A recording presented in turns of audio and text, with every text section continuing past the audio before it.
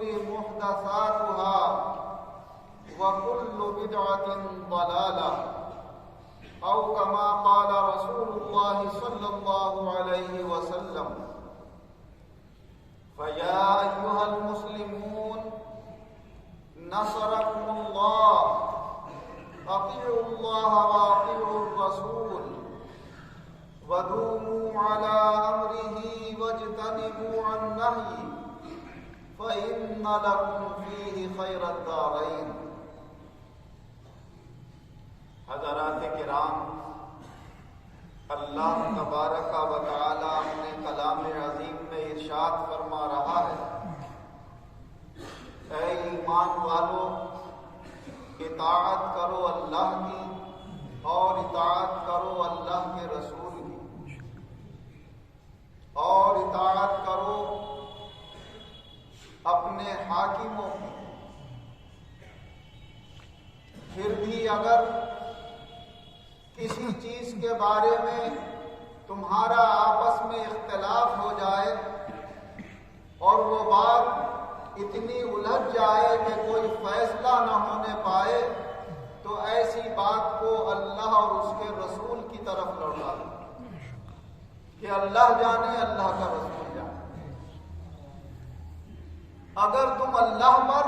اور آخرت کے دن پر یقین اور ایمان رکھتے ہو، یہی تمہارے لیے بہتر ہے. اور نہ سمجھ میں آنے والی بات کا سب سے اچھا یہی مطلب ہے کہ کوئی جانے یا نہ جانے، اللہ جانتا ہے، اللہ کا رسول جانتا ہے، ہمیں الجھنے کی کیا ضرورت ہے. جو حدیث پاک میں نے پڑھی اس میں حضور نبی اکرم صلی اللہ علیہ وسلم ارشاد فرماتے ہیں کہ سب سے بہتر بات اللہ کی بات ہے،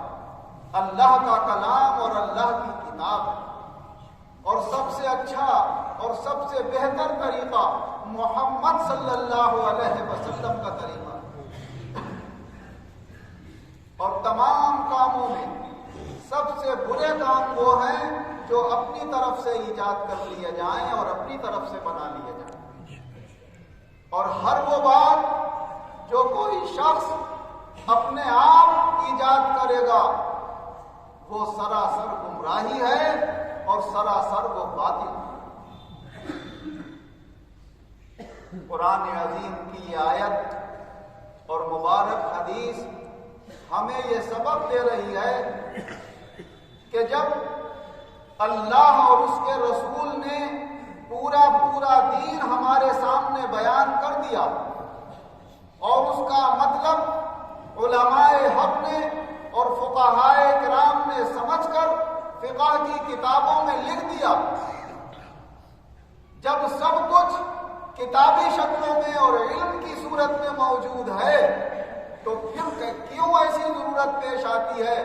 کہ ہم آپس میں بیٹھ کر بلا وجہ کا بحث و مباحثہ شروع کر دیں اور لڑائی جھگڑے تک نوبت آ جائے. اگر کوئی بات ہمیں معلوم ہے تو اس کو اپنی زبان سے بیان کریں، اور اگر معلوم نہیں ہے تو بلا وجہ اس میں اپنی عقل چلانے کی اسلام نے کسی کو اجازت نہیں دی ہے. اللہ تعالیٰ نے قرآن کے ذریعے، حدیث کے ذریعے، قرآن و حدیث کی جو تعلیمات فقہاء کرام نے سمجھی ہیں اس کے ذریعے ہمارا دین مکمل کر دیا ہے. اب اس دین کے اندر کوئی اپنی طرف سے اضافہ نہیں کر سکتا. فرمانے باری تعالیٰ ہے، الیوم اکملت لکم دینکم واتممت علیکم نعمتی ورضیت لکم الاسلام دینا. آج میں نے تمہارے لیے تمہارا دین مکمل کر دیا، تمہارے اوپر اپنی نعمت اسلام پوری کر دی، اور میں نے تمہارے لیے اسلام کو پسند کر لیا. اور فرمایا وَمَن يَبْتَغِ غَيْرَ الْإِسْلَامِ دِينًا فَلَن يُقْبَلَ مِنْهُ. اور دین اسلام کے علاوہ اگر کوئی چیز اپنی طرف سے آدمی نکالے گا تو ہرگز اس کا وہ دین اور مذہب قبول نہیں کیا جائے گا. اللہ جل شانہ وعم نوالہ جب ہمیں خبردار فرما رہا ہے تو ہم بجائے آپس میں بلا وجہ کے بحث و مباحثے کرنے کے، جس عالم کے اوپر، جس باسند اہل علم مطابق عمل کرتے رہیں، اس میں ہماری دنیا کا بھی چین و سکون اور اطمینان ہے اور ہماری آخرت کی بھی کامیابی۔ اللہ تبارک و تعالی یہی فرماتا ہے فَاسْأَلُوا أَهْلَ الذِّكْرِ إِن كُنتُمْ لَا تَعْلَمُونَ، جو جاننے والے ہیں ان سے پوچھ لیا کرو اگر تم نہیں جانتے۔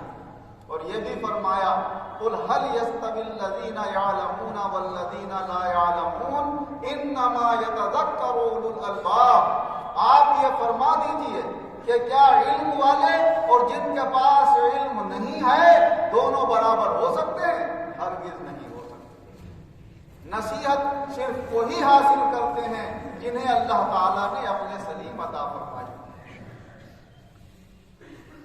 قرآن و حدیث، فقہ کی کتابوں کے مسائل سب کچھ موجود ہونے کے باوجود آپس میں ہم دیکھتے ہیں کتنا ایک دوسرے سے اختلاف، کیونکہ ہر وہ شخص جو تھوڑی بہت باتیں سنی سنائی جان لیتا ہے اور آج موبائل کے ذریعے سے اور گوگل کے ذریعے سے تھوڑی بہت سمجھ لیتا ہے تو اسے اپنے اوپر یہ بھروسہ ہونے لگتا ہے کہ اب مجھے کسی عالم سے پوچھنے کی کیا ضرورت ہے، میں تو خود علم والا ہو گیا، میں تو سب کچھ خود بھی جاننے والا ہو گیا۔ کچھ اب یہ نہیں معلوم کہ اس نے جو سنی سنائی باتیں یاد کر لی ہیں، کیا پتا پیچھے سے بولنے والا کون۔ پہلے ہمیں یہ بھی تو معلوم ہونا چاہیے کہ جس کی بات سن کر آپ نے عمل کیا ہے اور آپ اپنے آپ کو اہل علم سمجھنے لگے ہیں، کیا معلوم کسی یہودی نے ہمارا دین سیکھ کر اس میں تھوڑی بہت ملاوٹ کر کے آپ کو کچھ سنا دیا ہو تو صاف ستھرا دین تمہارے پاس نہ ہو، ملاوٹ کا دین ہو گیا۔ کسی عیسائی نے یہ حرکت کر دی ہو، دشمنان اسلام جو اسلام کے خلاف سازشیں کرتے ہیں اور اپنے مذہب کے لوگوں کو دینی تعلیم سکھا کر اس میں بہت ساری خلل اندازیاں کر کے مسلمانوں کے درمیان اس کو یوں ہی پھیلاتے ہیں تاکہ ایک کو صحیح بات معلوم ہو اور دوسرے کو ملاوٹ کی معلوم ہو، ان دونوں میں آپس میں اختلاف ہو، کچھ اس کے ماننے والے ہو جائیں کچھ اس کے ماننے والے ہو جائیں اور اس طرح مسلمانوں کو بانٹ دیا جائے اور ان کو تقسیم کر دیا جائے۔ اسی لیے سب سے پہلے ہمارے لیے ضروری ہے کہ جس کی بات ہم سن رہے ہیں کیا ہم اسے جانتے بھی ہیں، اسے پہچانتے بھی ہیں، وہ باسند عالم ہے بھی یا نہیں ہے، کیا وہ ہمارے اہل اسلام میں سے ہے یا نہیں ہے۔ جب تک یہ ثبوت نہ ہو جائے نہ ہم کسی کی بات کو مان سکتے ہیں اور نہ اس کا انکار کر سکتے ہیں۔ حضرت ابو ہریرہ رضی اللہ عنہ سے روایت ہے کہ بہت سارے یہودی اور عیسائی عالم مسلمانوں کے سامنے آ کر تورات، انجیل جو عبرانی زبان میں لکھی ہوئی ہے وہ عبرانی زبان میں پہلے پڑھتے تھے اور پھر عربی زبان میں مسلمانوں کے سامنے اس کا ترجمہ کرتے تھے۔ یہ خبر ملی حضور نبی اکرم صلی اللہ علیہ وسلم کو تو آپ کو یہ فکر ہوئی کہ کہیں ایسا نہ ہو کہ یہ مسلمان یہ سمجھ کر کہ تورات بھی اللہ کی کتاب ہے، انجیل بھی اللہ کی کتاب ہے، کہیں اس کے اوپر اپنا اعتقاد نہ قائم کر لیں اور ان کی کوئی بات اسلام سے ٹکراتی ہو تو کہیں یہ ان کے درمیان فتنے اور فساد کا سبب نہ بن جائے۔ تو حضور صلی اللہ علیہ وسلم نے مسلمانوں کو جمع فرما کر یہ نصیحت فرمائی کہ اگر تمہارے سامنے کوئی یہودی تورات کی باتیں بیان کرے، کوئی عیسائی انجیل کی باتیں بیان کرے تو نہ تم انہیں سچا مانو اور نہ تم انہیں جھوٹا کہو، کیونکہ ہو سکتا ہے کہ کوئی ایسی بات بھی انہوں نے کہی ہو جو واقعی تورات اور انجیل کی ہے، جو وہ تو اللہ کی طرف سے نازل کی ہوئی ہے۔ اگر تم نے کہہ دیا یہ غلط ہے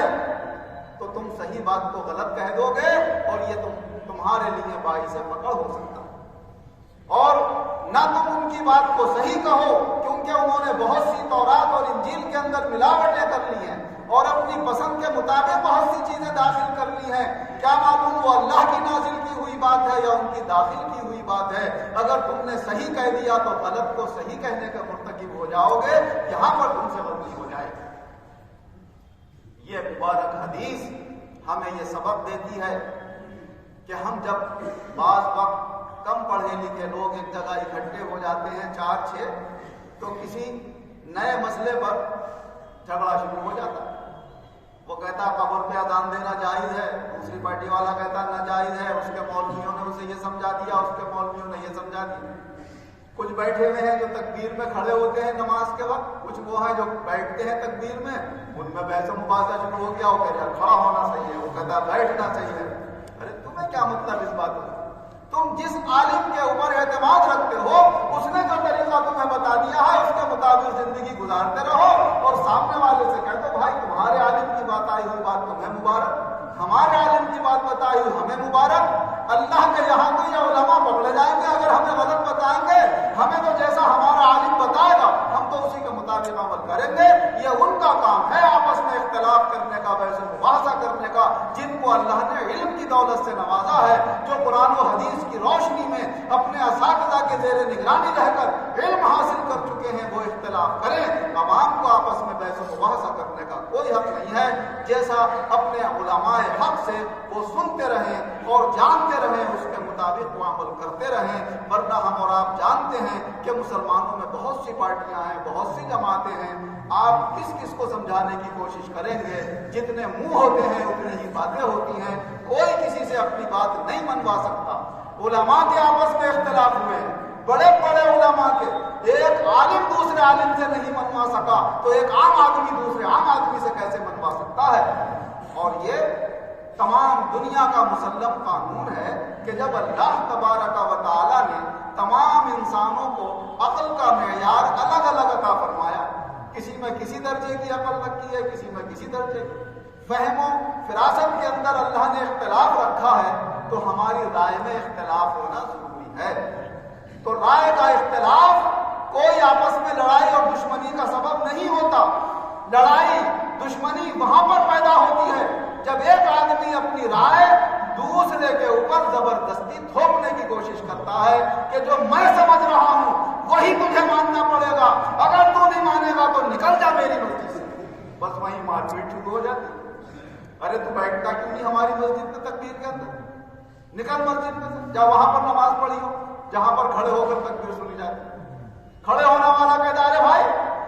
تم بیٹھ کیوں گئے تکبیر کے اندر، تمہیں کھڑا ہونا چاہیے۔ تو یہ ہو گیا اپنی رائے دوسرے کے اوپر زبردستی تھوپنا۔ اور یہ وہ باتیں ہیں جن کا اسلام کے اندر مرتبہ یا تو مستحب کا یا کوئی اگر غلط ہے تو مکروہ کا درجہ، ورنہ جو چیزیں اسلام کے اندر کھلا کھلا فرض ہیں یا واجب ہیں یا حرام ہیں، ان میں آپس میں تمام فرقوں اور مسلکوں میں کوئی اختلاف نہیں۔ نماز ہر مسلک والے کے یہاں 5 وقت فرض ہے، ظہر کی 4 ہی رکعتیں ہیں سب کے یہاں، عصر کی 4 ہی ہیں، مغرب کی 3 رکعتیں ہیں، عشاء کی 4 رکعتیں فرض ہیں، فجر کی 2 رکعتیں فرض ہیں، اور جو ان سے آگے پیچھے سنتیں ہیں ان سنتوں کے اندر بھی کوئی اختلاف نہیں۔ وطروں میں صرف شوافی اور حنفیہ کے درمیان اتنا ہے، 3 ان کے یہاں بھی پڑھے جائیں گے، 3 ہمارے یہاں بھی پڑھے جائیں گے۔ ہم تینوں رکعتیں وطر کی ایک ہی نیت سے پڑھتے ہیں، ایک ہی بار نیت کر لیں گے تینوں وطروں کی، اور ان کے یہاں پہلے 2 رکعتیں پڑھ کے سلام دے لیں گے پھر کھڑے ہوں گے، اور 1 رکعت کی نیت اور کریں گے، پھر 1 رکعت پڑھیں گے، تو 2 میں ایک اور ملا کر 3 پڑھتے ہیں، پڑھتے وہ بھی 3 ہیں، پڑھتے ہم بھی 3 ہیں۔ تو اس طرح کے چھوٹے بڑے مسائل کے اندر الجھ کر ایک دوسرے سے دشمنی پیدا کر لینا، اس کی اسلام اجازت نہیں دیتا، کیونکہ ہماری بنیادی اصول جو ہیں وہ سب ایک ہیں، جو فرائض ہیں، واجبات ہیں، جو حرام کی ہوئی چیزیں ہیں وہ ہم سب جانتے ہیں، سب سمجھتے ہیں۔ ان کے علاوہ جو چیزیں ہیں جتنا سمجھ میں آئے اتنا آدمی عمل کر لے، اور جہاں سمجھ میں نہ آئے اپنے علماء سے پوچھ کر عمل کر لے، اور پھر بھی دل مطمئن نہ ہو تو آدمی کے اوپر لازم نہیں ہے وہ چیزیں کرنا، مرضی ہو کرے نہ مرضی ہو نہ کرے، لیکن جو دین کی ضروری باتیں ہیں ان کے اوپر سب کو عمل پیرا ہونا ضروری ہے۔ اور وہ چیزیں قرآن و حدیث میں اور ہمارے فقہ کے اندر داخل کی ہوئی ہیں۔ تو ہم یہ 2 باتیں اپنے ذہن میں خاص طور سے جما لیں۔ ایک تو ہمارا اختلاف لڑائی اور جھگڑے کی صورت وہاں اختیار کر لے گا جہاں ایک عالم یا ایک عام انسان اپنی رائے دوسرے پر زبردستی تھوپنے کی کوشش کرے گا، اور اس سے بھی وہی منوانے کی کوشش کرے گا جو خود مانتا ہے۔ جبکہ امام اعظم ابو حنیفہ رحمۃ اللہ علیہ نے کبھی اپنے شاگردوں پر بھی زبردستی نہیں کی، ابو یوسف صاحب رحمۃ اللہ علیہ جو ان کے بڑے شاگرد ہیں، بہت سے مسائل میں امام اعظم صاحب سے اختلاف کرتے ہیں۔ امام محمد صاحب جو دوسرے نمبر کے شاگرد ہیں، بہت سے مسائل میں وہ امام اعظم صاحب سے اختلاف کرتے ہیں، امام ابو یوسف صاحب سے اختلاف کرتے ہیں۔ امام شافعی صاحب کا امام مالک صاحب سے اختلاف ہے، کہیں شافعی اور مالکی ایک طرف ہے اور امام اعظم ابو حنیفہ رحمۃ اللہ علیہ کی رائے دوسری طرف ہے۔ کبھی کسی نے ایک دوسرے کو برا نہیں کہا، ہمیشہ ایک دوسرے کا ادب و احترام کیا، اور اختلاف رائے کا احترام کرنا یہ انسانیت کا بھی تقاضا ہے اور یہ مذہب کا بھی تقاضا ہے۔ ہم دوسرے کے جو قیاسی مسائل ہوتے ہیں، جو رائے کے مسائل ہوتے ہیں، وہاں پر ایک دوسرے سے زبردستی نہیں کر سکتے۔ بہت سارے مسلمان اپنی پارٹی کے مشن کے تحت اپنی باتوں کو تو صحیح سمجھتے ہیں اور دوسروں والوں کی غلط سمجھتے ہیں، اور جب ان سے یہ کہا جاتا ہے کہ بھائی تم اپنی صحیح سمجھ رہے ہو، ٹھیک ہے کرتے رہو، مگر دوسروں کے اوپر یہ لام تام کیوں کر رہے ہو کہ تو یہ غلط کر رہا ہے، تو وہ غلط کر رہا ہے، اور لڑنے مرنے کو تیار کی وہ بہت ساری جگہوں پر تو قتل ہو گئے، مسجدوں کے اندر بہت سے گاؤں میں قتل و قتال ہو گئے، تھانہ کچہریوں کی نوبتیں آ گئی ہیں۔ بھائی ایسا زبردستی کیوں کرتے ہو؟ تو بڑا سینہ تان کر کہتے ہیں بھائی حضور صلی اللہ علیہ وسلم نے فرمایا کوئی غلط بات دیکھو تو اسے ہاتھ سے روکو، اور ہاتھ سے نہیں روک سکتے تو زبان سے برا کرو، اور زبان سے نہیں کہہ سکتے تو دل سے برا جاؤ۔ حدیث بالکل صحیح، لیکن جو ہاتھ سے روکنے کی طاقت تم اپنے مسلمان بھائی کو دکھا رہے ہو، کیا غیر مسلم ایسے عمل نہیں کر رہے کہ جو اسلام اور شریعت کے خلاف ہیں؟ کیا وہاں پر تم اپنی طاقت دکھا سکتے ہو؟ ہم کوئی فاتحہ کرتا ہے، کوئی تکبیر میں بیٹھتا ہے یا کھڑا ہوتا ہے، اس کے لیے اتنی مضبوط دلیل تمہارے پاس نہیں ہے کہ تم ہاتھ سے روکنے کی کوشش کرو یا زبان سے برا بھلا کہنے کی کوشش کرو۔ لیکن بتوں کی عبادت بالاتفاق تمام مسلکوں کے درمیان ناجائز و حرام ہے، جو کھلا بالاتفاق سب کے نزدیک حرام ہے۔ ذرا وہاں جا کر اپنے ہاتھ کی طاقت دکھاؤ، تب پتہ چلے گا کتنے حدیث پہ عمل کرنے والے۔ شراب بالاجماع سب کے نزدیک حرام ہے، کیا کبھی شراب خانے میں جا کر تم نے زبردستی ہاتھ سے کسی کو روکنے کی کوشش کری؟ کسی شرابی کو روکا؟ کیوں؟ تمہارا جو مقصد ہے، یا تمہارا نہیں تو شیطان پیچھے سے جو مقصد لیے ہوئے ہے، اس نے تمہارے ذہن میں یہ بات بٹھا دی کہ اپنے بھائی کو ہاتھ سے روکو گے تو یہ تم سے لڑے گا، تم اس سے لڑو گے۔ شیطان تمہیں لڑتا ہوا دیکھنا چاہتا ہے، بہانہ تم حدیث کو بناؤ گے، آڑ حدیث کو بناؤ گے، مگر یہ حدیث ایک جگہ لاگو کرنے سے تو ڈرتے ہو، مگر اپنے بھائی کے اوپر لاگو کرنے سے نہیں ڈرتے۔ آج بھائی بھائی سے لڑنے کے لیے بڑی آسانی سے تیار ہو جاتا ہے، اور دوسرے کا وقت آتا ہے بھائی ماحول خراب ہے صاحب، دبنا پڑے گا صاحب، لچنا پڑے گا۔ اگر یہ دبش اور یہ لچک اپنے بھائی کے سامنے ظاہر کر دو تو پھر غیروں کے سامنے تھانوں اور کچہریوں میں جا کر جھکنے کی ضرورت نہیں پڑے گی اور اپنے مال خرچ کرنے کی ضرورت نہیں پڑے گی۔ مگر ہم سمجھ ہی نہیں پا رہے حقیقت کیا ہے۔ یہ جتنے اختلافات ہیں ہمارے، بس یہی سمجھ لو جو جیسا کر رہا ہے، علاوہ فرائض و واجبات اور حرام باتوں کے چھوٹی چھوٹی باتوں میں جو جیسا کر رہا ہے اسے کرنے دو، تم اپنا کرتے رہو، انہیں اپنا کرنے دو۔ یہ علماء سے یہ فیصلے نہیں ہو سکے تو عوام یہ فیصلے کیا کر دیں گے؟ یہ بلا وجہ کی ہمارے لڑانے کی کوششیں ہیں، صورتیں ہیں، شیطانی حملے ہیں، نفسانی شرارتیں ہیں، اور جو ہمارے پس پردہ دشمنان اسلام ہیں ان کی سازشیں ہیں۔ اللہ تعالیٰ ان تمام سازشوں سے ہماری حفاظت فرمائے، شیطانی حملوں سے ہماری حفاظت فرمائے، اور دین کی بنیادی باتوں کے اوپر عمل پیرا ہوتے ہوئے ایک دوسرے سے ہمدردی کرنے کی اور نبھانے کی توفیق عطا فرمائے۔ آمین۔ بارک اللہ لنا ولکم فی القرآن العظیم ونفعنا وإیاکم بالآیات والذکر الحکیم۔